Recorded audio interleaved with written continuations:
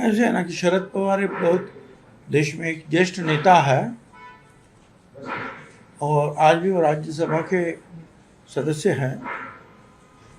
तो उन्होंने जो भी सूचनाएं रखी है कि मीटिंग बुलाओ, सबको बोलो क्या हो रहा है, क्या कमी है, क्या ज़्यादा है, तो उनकी वो सूचना है और उसका जो विचार विमर्श जो है वो दिल्ली में जो है सब बैठे हुए सरकार करेंगे, वो उनके लिए है।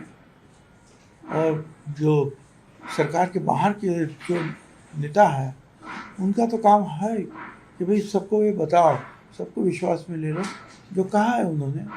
अब उसका जो भी उसके ऊपर जो भी कुछ करना है वो देखेंगे, बातचीत करेंगे।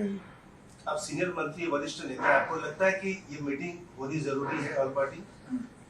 भाई मैं जो है वरिष्ठ नेता आप बोल रहे हैं, मैं इतना वरिष्ठ नेता नहीं हूँ कि दिल्ली में जो है ये सारे बड़े बड़े लोगों के साथ मुझे बुलाएगा कोई।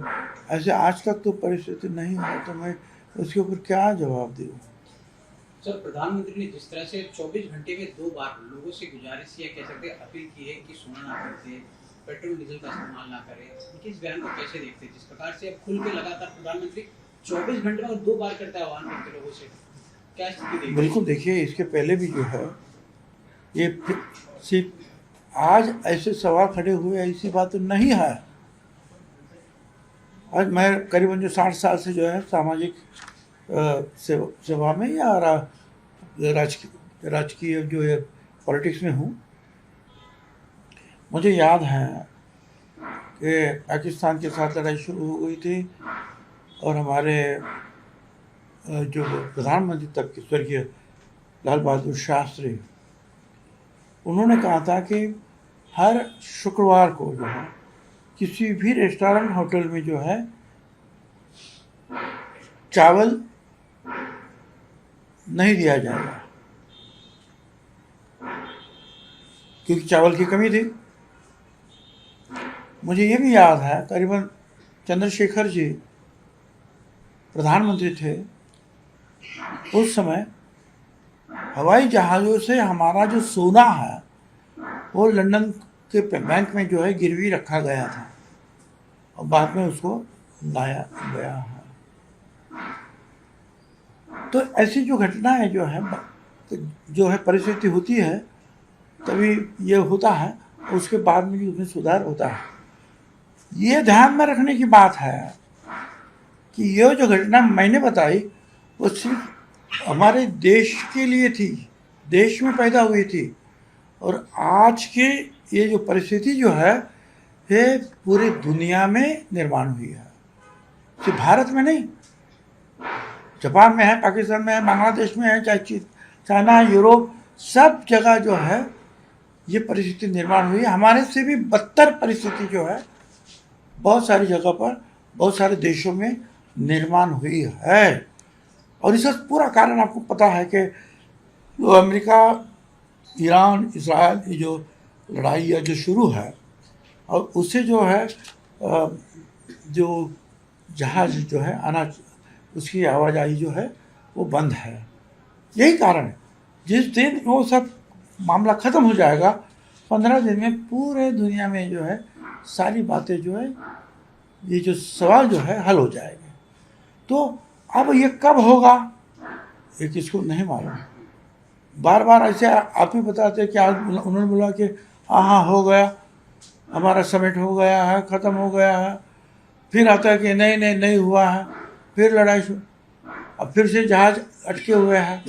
तो ऐसी परिस्थिति में जो है सारी दुनिया संकट में है, मगर इस देश में मोदी साहब ने और उनके जो सारे मंत्री, पहले कुछ 26-27 देशों से ये पेट्रोलियम के जो पदार्थ यहाँ आते थे, अभी 40-45 से भी ज़्यादा देशों से वो जमा कर रहे हैं। तभी हमारे पास इतनी जो है किल्लत नहीं हुई। जो किल्लत, कमियाँ दूसरे देशों में हुई उसके सामने हमारे कम हुई है। फिर भी जो है थोड़ा परिणाम तो होना बिल्कुल होना ही है, वो उसको कोई रोक सकता नहीं, क्योंकि ये देश में पैदा नहीं हुई, ये अंतर्देशीय समस्या है। तो ऐसे समस्या अगर सामने जो है, हमको चाहिए कि कुछ कुछ बातें जो है हम जो है, जो प्रधानमंत्री ने कही कि भाई इन वस्तुओं का इस्तेमाल संभाल के कीजिए, मैं समझता बहुत वैल्यू है।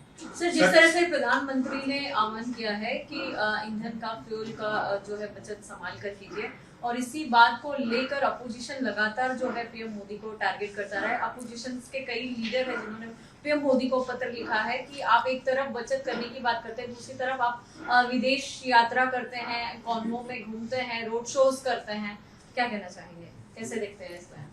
भाई मैंने अभी अभी कहा, ऐसे कुछ सवालात रहते हैं अंतर्राष्ट्रीय, जैसे मैंने कहा पहले 27 देशों में से आता था पेट्रोलियम, अब 45 देशों में से आता है।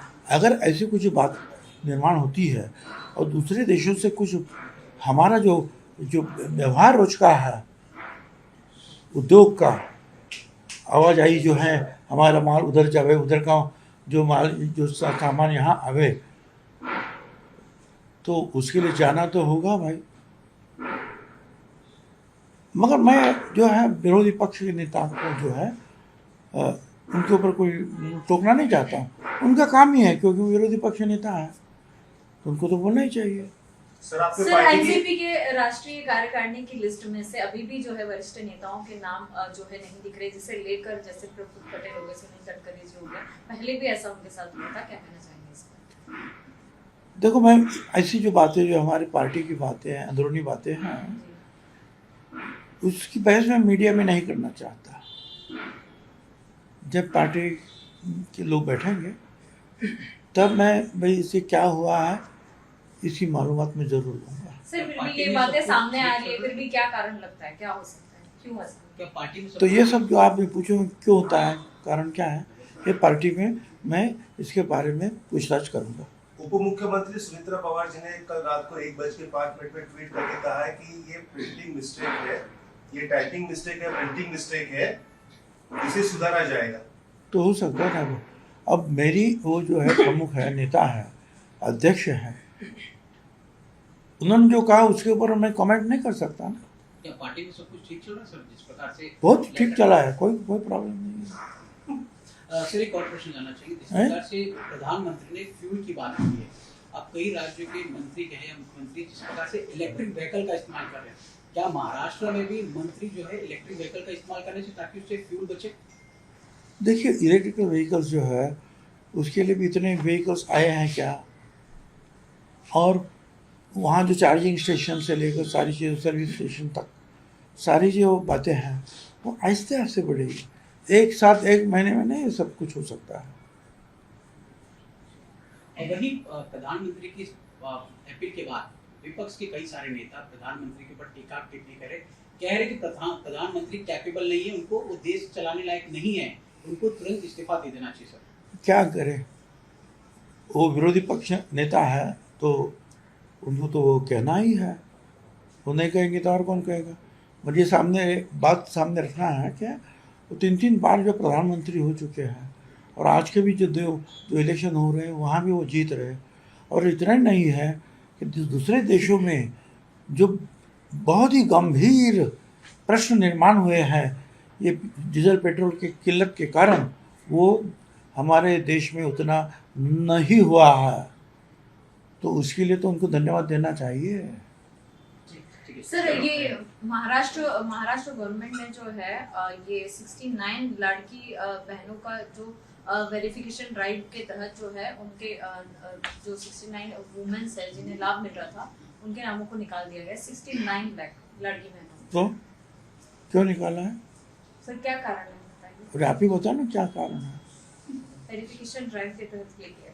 अब तो काय का वेरिफिकेशन हो गया है। अरे भाई, जो है पहले से बताया गया था कि जिनके पास गाड़ियाँ हैं, जिनके पास जो है जो गरीब है, उनके भी घर में सिर्फ 2 जो हमारी जो बहनें हैं उनको ही फ़ायदा मिलेगा।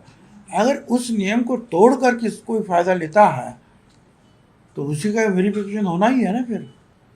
और वेरिफिकेशन में वो अगर जो है सामने आए उनके नाम तो बंद होगा।